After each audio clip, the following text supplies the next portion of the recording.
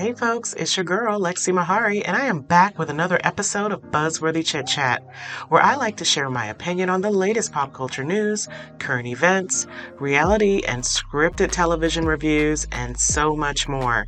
But before we dive in, please take a moment to hit that like button, subscribe to the channel, and hit the notification bell so that you can be notified each time I upload a brand new video.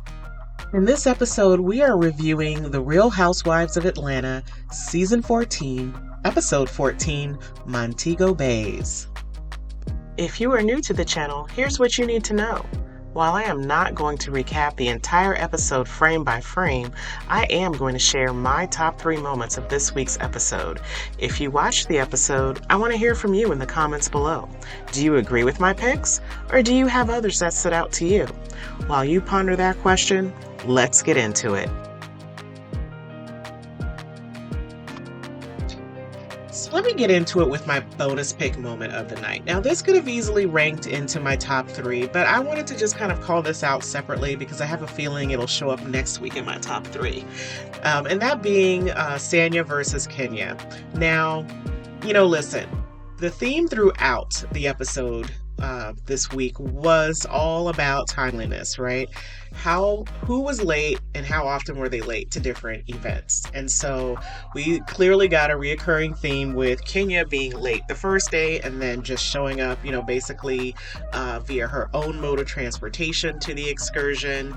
And then later in the episode, we see that she doesn't make it to Sanya's shoot. She nor Sheree makes it to Sanya's shoot. And, they have a lot to say about, quote, being left. Now, Marlo, who also had an interest in going to the shoot, she found her own ride.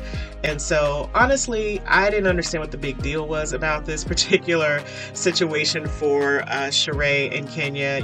Maybe, once again, I'm going to say editing.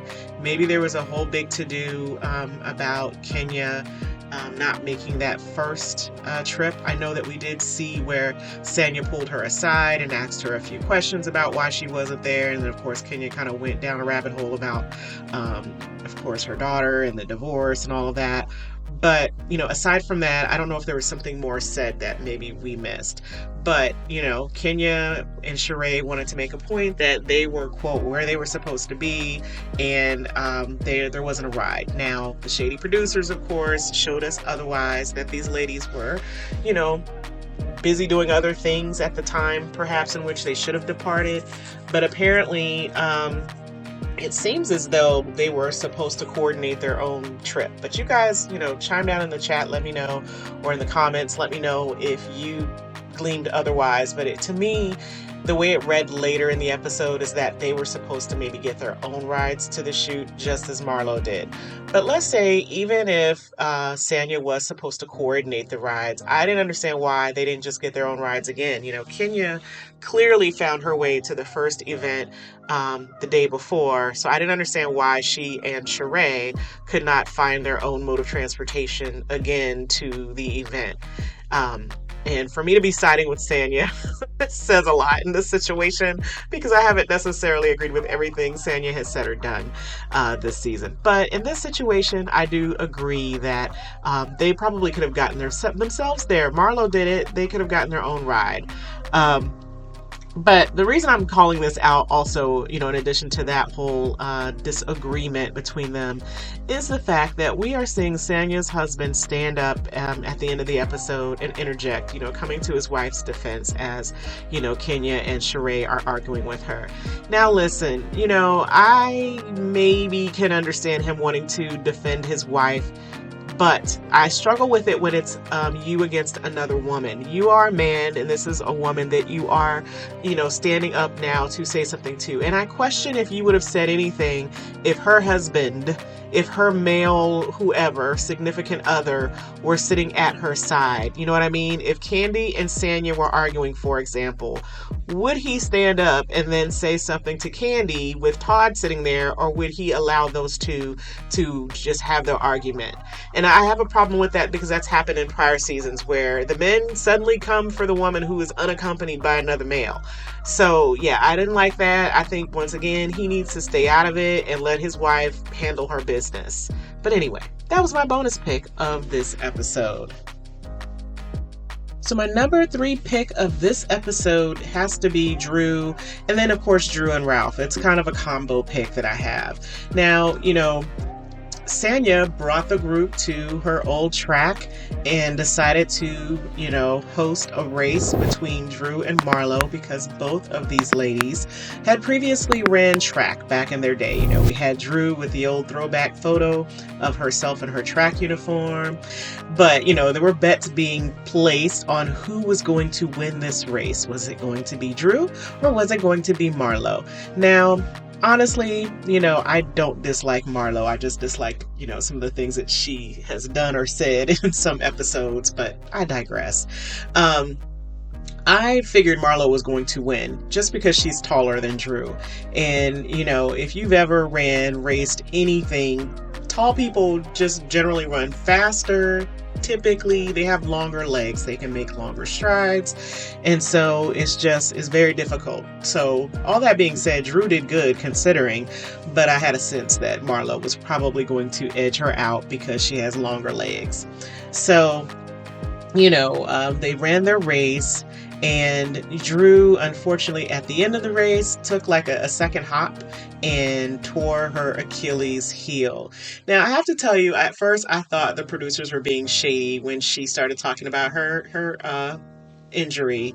When they started bringing up the fact that actually she had injured her other foot. So I didn't know if we were about to have another shady producer moment, but it turned out that she truly had torn her Achilles and it was on the other foot. And that is just, that looked painful, honestly, when she did it. And I sadly, I didn't want to wish an injury on her, but I hope she truly had injured herself because they were really capturing this moment by moment that she was saying she was injured. And I think, she tried to laugh through her pain and keep a positive attitude. I have to give that to Drew, but she had to be in a lot of pain to have torn that Achilles tendon. So, we saw her go to the local hospital, get it, an ultrasound on it.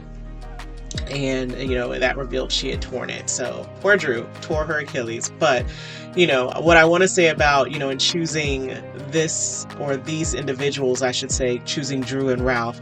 What I do want to say about Ralph, once again, is kudos to Ralph if he has, truly finished this book. He did a reading at the dinner, and it was actually a really good reading. I said in my previous review of the last week's episode that I actually understood why he had decided not to adopt JoJo, but he was still continuing to raise him as his own kid.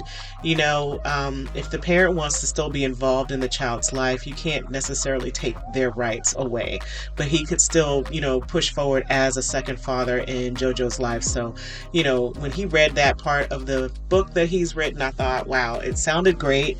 You could tell he took pride in what he did. He clearly touched Drew with his words. I honestly, though, kept wondering if Drew had even read any part of that. Like, was that her first time hearing the story as well? I don't know. But, the reading, I should say. But, he sounded really great. It sounded like a great excerpt from the book. And honestly, I hope it does well. I wish he had shared it with her if he hadn't shared it with her. But what I want to say about Drew and Ralph is that, I know we give Drew and Ralph a hard time, but they are actually part of the entertainment of this season to watch them. They probably do bring forward some of the real in our reality that we're watching, some of it, because they clearly have struggles in their marriage. They truly don't always see eye to eye, get along. They don't even always, I don't think, respect each other in the way they should, but that's kind of a reality sometimes of some relationships. And so it was great to get this aspect of their relationship, this dynamic between these two individuals. So my number 2 pick of the episode is actually going to go to Miss Sanya.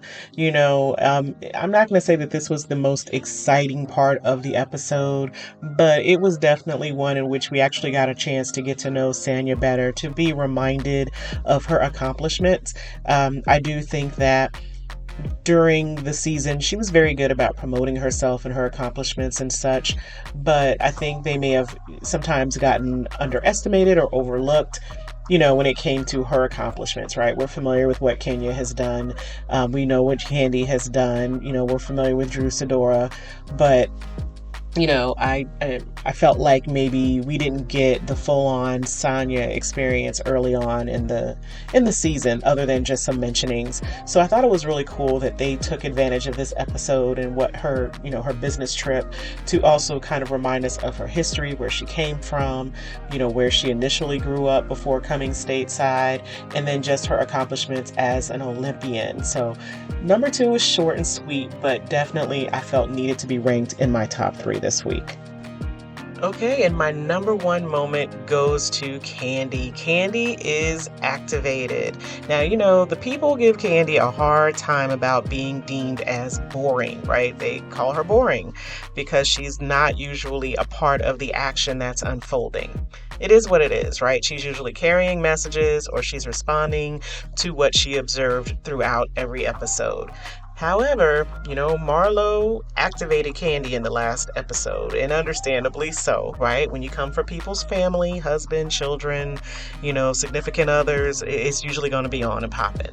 And so this situation was no different. And Candy is activated, and she is not here for Marlo. So for me, I don't know what it is lately in my reviews, but it's been the carryover from the past episode. And so this episode was really no different in that we had Candy, who was giving us realness, right? Meaning, if someone is coming for you and talking about you, you generally do not want to kiki with them the next day or the day after that, right? Because now they've got your eyes open and you've got one eye on them. And generally, you're not going to kiki with them. So Candy's quips throughout the episode about Marlo were a trip, particularly her thoughts about whether or not she was going to bet on Marlo in that race between her and Drew. So those are my top 3 moments of this week's episode. What do you think? I am really excited to see what the reunion is going to hold. I've seen a lot of folks commenting about what went down, who got into it with whom. Was Marlo there? Was she connected virtually? From what I understand, she was there, but I don't know for sure, right? We're going to all have to tune in and see. I do hear that apparently there might have been some conversations that went awry between Marlo and several other castmates. So, hey, we'll all see how this unfolds. But chime down below in the comment section. What were your top 3 moments of the night? And I will catch you in the next video. Thanks for watching.